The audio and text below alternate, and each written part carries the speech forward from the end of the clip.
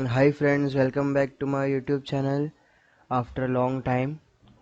In this video, I'll cover BCom semester 6 again. I'm back with the subject statistics और ये video में मैं cover करने वाला हूँ chapter number 1, unit number 1, testing of hypothesis, large sample and tests. Chapter का नाम सुनते ही आपको थोड़ा अजीब लगा होगा कि इतना बड़ा नाम है, चैप्टर क्या होगा। इजी है। तो आप देख सकते हो इसमें दो टॉपिक्स है, testing of hypothesis and large sample tests. तो इसके अंदर दो पार्ट है, this is the first one और ये अपना है सेकंड वन। तो जो फर्स्ट वन है वो तो पूरा थियरी बेस्ड रहने वाला है, तो वो मैं किसी और वीडियो में कवर कर दूंगा। और आज हम बात करने वाले हैं जो सेकंड टेस्ट है, जो सेकंड मेथड है लार्ज सैंपल टेस्ट्स, उसके बारे में हम बात करेंगे। तो बेसिकली लार्ज सैंपल टेस्ट होता क्या है? तो अगर एक सैंपल, या तो अपने बोल सकते हैं केस स्टडी के अंदर एक सैंपल दिया होगा और उसका जो टोटल नंबर ऑफ यूनिट्स मतलब कि एन जो है वो ग्रेटर देन या तो मोर देन 30 होगा, तो वो क्या कहा जाएगा? Large sample test. और लार्ज आया तो ऑब्वियसली स्मॉल तो आएगा ही, तो स्मॉल सैंपल टेस्ट किसे कहेंगे? जो टोटल नंबर ऑफ सैंपल्स होंगे, जो नंबर ऑफ यूनिट्स होंगे सैंपल के अंदर, केस स्टडी के अंदर, वो अगर लेस देन 30 होंगे तो उसे क्या कहेंगे? Small sample test. तो ये अपना रहा एक थियरी बेस्ड क्वेश्चन। तो अभी जो मेन सम्स जो यूनिवर्सिटी में पूछे जाते हैं वहाँ से हम स्टार्ट करेंगे। अब जो लार्ज सैंपल टेस्ट है उसमें दो टाइप्स के टेस्ट होते हैं। तो एक होता है टेस्ट ऑफ वेरिएबल और the second one is test of attributes. तो उसमें हम फर्स्ट मेथड करेंगे, that is test of significance of mean. वो किसके अंडर? तो करेंगे टेस्ट ऑफ वेरिएबल के अंडर। उसके टोटल 6 स्टेप्स होते हैं, वो मैंने नेक्स्ट स्लाइड में मेंशन किया, मैं आपको बता दे रहा हूँ। तो उसका फर्स्ट स्टेप होता है कि आपको क्वेश्चन जो पर्टिकुलर दिया होगा उसमें से डिटरमाइन क्या करना होगा? एक्स बार जो होता है मीन, फिर एन और एस। एन मतलब total number of total units और एस होता है स्टैंडर्ड डिविएशन। तो ये किसके ऊपर होगा? सैंपल के ऊपर होगा। और इसको बोलते हैं म्यू। एक्स बार या तो मीन का बड़ा भाई, कैपिटल एन छोटे एन का बड़ा भाई, और स्टैंडर्ड डिविएशन इसको बोलते हैं sigma, that is standard deviation का बड़ा भाई। तो ये किसका दिया होगा? तो दिया होगा पॉपुलेशन का। मैं कर देता हूँ एक्सप्लेन इजी। तो ये रहा अपना फर्स्ट स्टेप, जो जो जो क्वेश्चन के अंदर दिए हुए हैं वो मेंशन कर देना है। अब आएगा सेकेंड स्टेप। तो सेकेंड स्टेप में कंपलसरी आपको लिखना है H0, या तो आप इसको क्या प्रोनाउंस कर सकते हो? H0। H0 is equal to, या तो आप बोल सकते हो is to mu is equal to, जो म्यू की वैल्यू आपने इधर लिखी वो इधर लिखनी है, वर्सेस अब इसके अंदर आपको 3 कंडीशंस रखनी है। क्वेश्चन के अंदर आपको क्लियरली मेंशन किया होगा मेजॉरिटी, माइनॉरिटी या तो कुछ भी नहीं। तो हमें कैसे लेना होगा? तो वर्सेस लिखा, फिर एच नॉट की जगह पे इधर लिखेंगे H1 is to mu does not equals to, जो वैल्यू है म्यू की वो, फिर एक में लिखेंगे ग्रेटर देन और एक में लिखेंगे स्मॉलर देन। तो ये क्या लिखा है मैं बता रहा हूँ। आप टेक्स्ट बुक में पेज नंबर 7 के ऊपर वीडियो को पॉज करो और एक टेबल दिया हुआ है वो देखो। वीडियो को पॉज कर लो। तो अगर आपने टेबल देख लिया है तो उसके अंदर परसेंटेज दिए हुए हैं।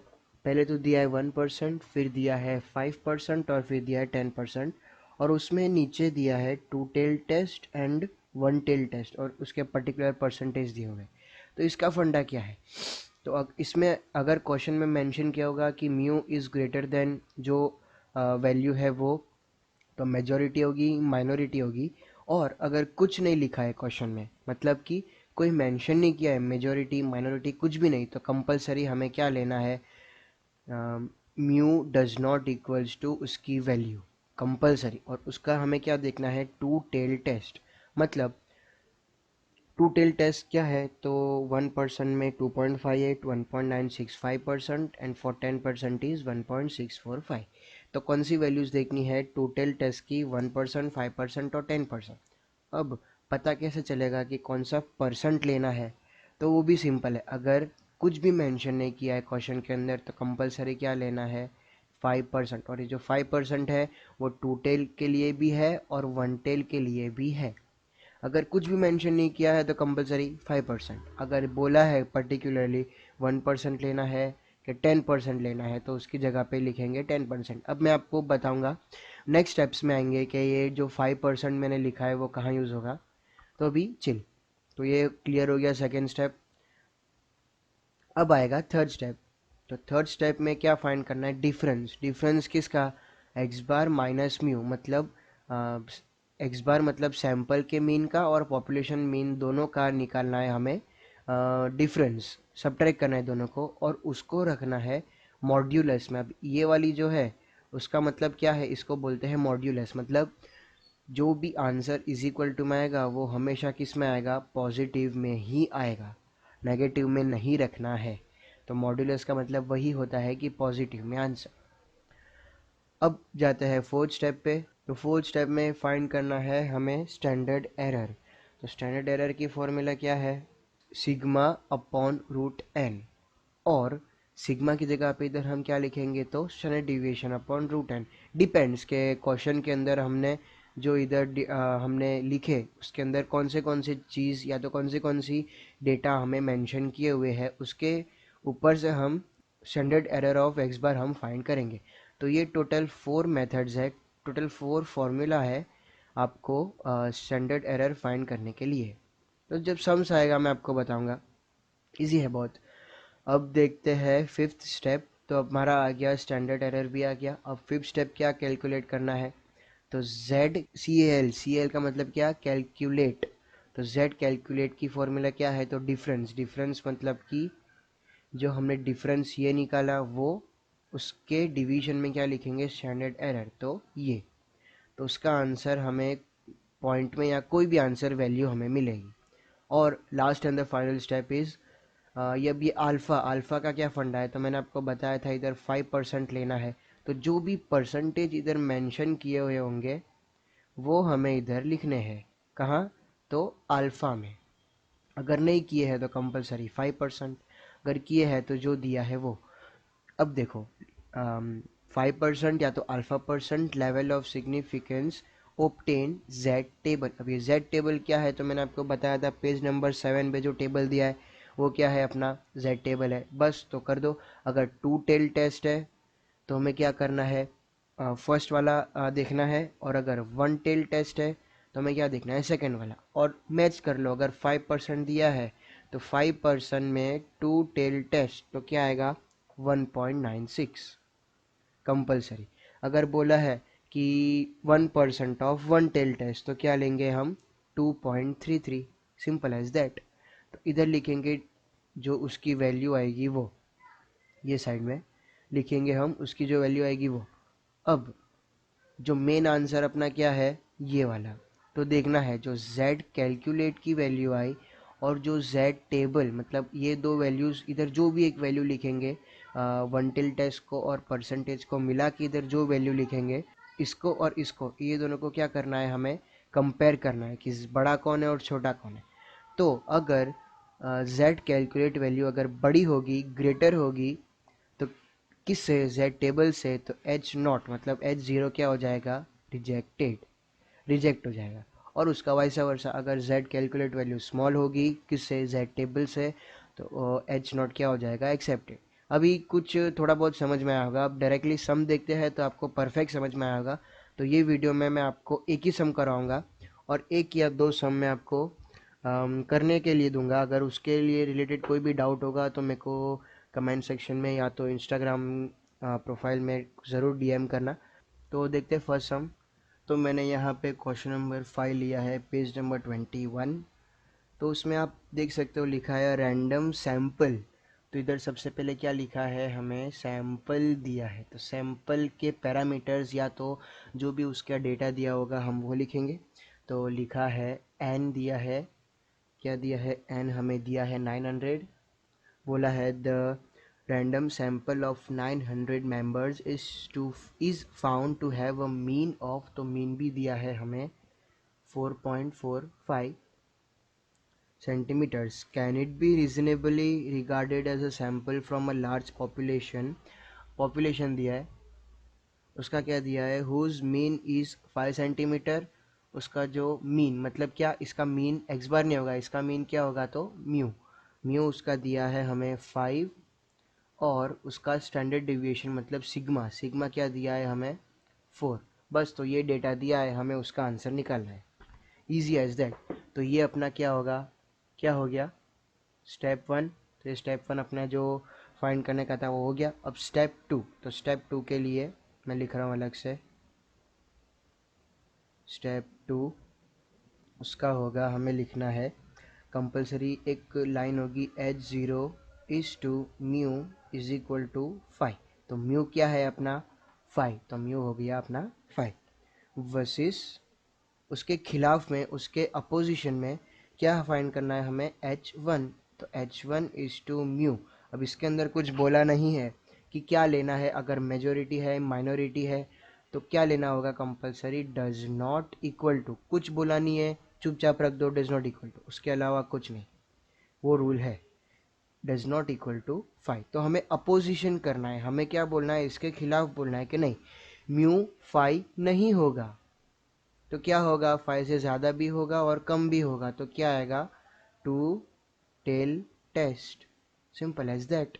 ये हो गया अपना स्टेप 2 कंप्लीट। जो 3 ऑप्शंस मैंने लिखे थे वो क्या थे, उसमें से कोई भी एक सिलेक्ट करना है, अगर मेजोरिटी तो ग्रेटर देन, माइनॉरिटी तो लेस देन, और कुछ भी नहीं बोला है तो नॉट इक्वल्स टू। तो ये हो गया अपना स्टेप 2। अब हम फाइंड करेंगे स्टेप 3। तो स्टेप 3 में क्या था, हमें क्या फाइंड करना था, तो डिफरेंस। तो इधर मैं शॉर्ट में लिख रहा हूँ, difference is equal to, formula क्या थी, modulus x bar minus mu modulus x bar अपना क्या है, तो एक्स बार दिया है 4.45 माइनस म्यू है अपना 5। तो इसको माइनस करेंगे तो क्या आएगा आंसर, 0.55। तो ये अपना क्या आ गया, तो डिफरेंस, ये बाद में काम लगेगा। अब हम करेंगे फाइंड स्टैंडर्ड एरर। तो वो कौन सा स्टेप था, तो स्टेप 4। तो इधर लिखेंगे हम स्टेप 4। तो इसमें क्या फाइंड करना था, स्टैंडर्ड एरर किसका, तो एक्स बार का। तो उसकी फॉर्मूला क्या थी, तो हमें देखना है कि सैंपल जो डेटा दिया है उसमें हमें क्या दिया है, तो क्या दिया है, तो सिग्मा दिया है और एन भी दिया है, तो ये दोनों ले लेंगे। ये जो फॉर्मूला थी, इतनी 4 में से देखो ये वाली फॉर्मूला क्या हो रही है, अप्रोप्रिएट लग रही है, तो वो ले लेंगे। तो इधर मैं लिख रहा हूँ सिग्मा अपॉन रूट एन। और हाँ गाइज, मैं एक चीज़ आपको बोलना भूल गया, क्वेश्चन के अंदर जो सिग्मा दिया है वो स्टैंडर्ड डिविएशन नहीं है, वो क्वेश्चन के अंदर लिखा है and variance is 4 centimetre square. तो जो 4 सेंटीमीटर है वो हमारा है वेरिएंस। तो सिग्मा मतलब स्टैंडर्ड डिविएशन क्या होगा, तो उसका स्क्वायर रूट निकाल देना है, तो क्या आएगा 2। तो स्टैंडर्ड डिविएशन, या तो आप बोलेंगे सिग्मा की जगह पे क्या लिखना है हमें, 2। तो कंटिन्यू सम करते हैं, तो sigma is equal to 2 upon root n. तो एन अपना दिया है 900 दिया है, तो 2 डिवाइडेड बाई 30, तो इसका आंसर क्या आएगा, तो 0.0667। तो ये अपना आया स्टैंडर्ड एरर।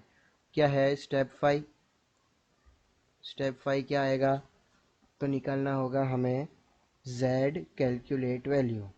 तो उसकी फॉर्मूला क्या है, तो डिफरेंस अपॉन स्टैंडर्ड एरर। तो डिफरेंस अपना क्या आया था, तो 0.55। तो इधर लिखेंगे 0.55 अपॉन 0.0667। तो इसका आंसर क्या आया हमारा 8.25। ये क्या आया, z कैलकुलेट की वैल्यू आई। अब लास्ट स्टेप है अपना, तो नेक्स्ट स्लाइड में लिख रहा हूँ मैं। तो इधर लिखेंगे स्टेप 6। तो स्टेप 6 में क्या करना है, तो इसके अंदर आप देख सकते हो कोई भी परसेंटेज मेंशन नहीं किया है, अल्फ़ा मेंशन नहीं किया है, तो क्या लेना है कंपलसरी हमें 5% लेवल ऑफ सिग्निफिकेंस obtained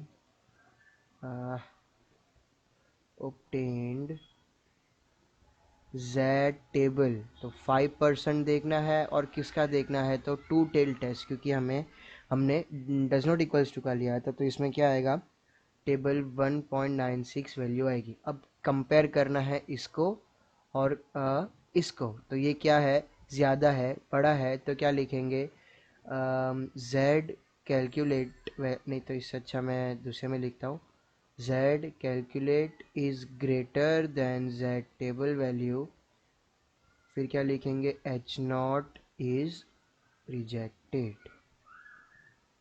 तो ये हमारा कंप्लीट हुआ फर्स्ट सम। बस बेसिक यही ध्यान रखना है, जो स्टार्टिंग में जो आपको जो पैरामीटर्स दिए है, मीन और नंबर, और जो करना है वो अच्छे से राइट करना, तो आंसर पूरे अच्छे से फ्लो में जाएगा। अगर वो उसमें रॉन्ग हो गया तो पूरा सम रॉन्ग हो जाएगा। तो आपको करना रहेगा question number 6 and question number 7, तो आपको दो ट्राई करने रहेंगे, क्वेश्चन नंबर 6 और क्वेश्चन नंबर 7, जो है पेज नंबर 22 में भी। इसके बाद वाला इसके बाद वाले दो सम आपको ट्राई करना है। उसमें अगर कोई भी डाउट है तो मेरे को कमेंट सेक्शन में ज़रूर बताना।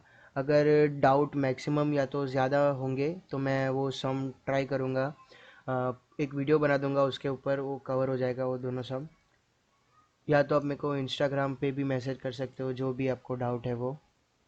गाइज़, ये वीडियो आपके फ्रेंड्स, आपके ग्रुप में ज़रूर शेयर करना कि ये जो कॉन्सेप्ट है बहुत इजी कॉन्सेप्ट है, ये स्कोरिंग सब्जेक्ट है स्टैटिस्टिक्स। तो तुम्हारे जो फ्रेंड्स हैं आपके, उनके काम भी लगेगा ये बहुत। तो गाइज़, मिलते हैं नेक्स्ट वीडियो में, नेक्स्ट टॉपिक या तो आप बोल सकते हो सम के साथ। Thank you guys.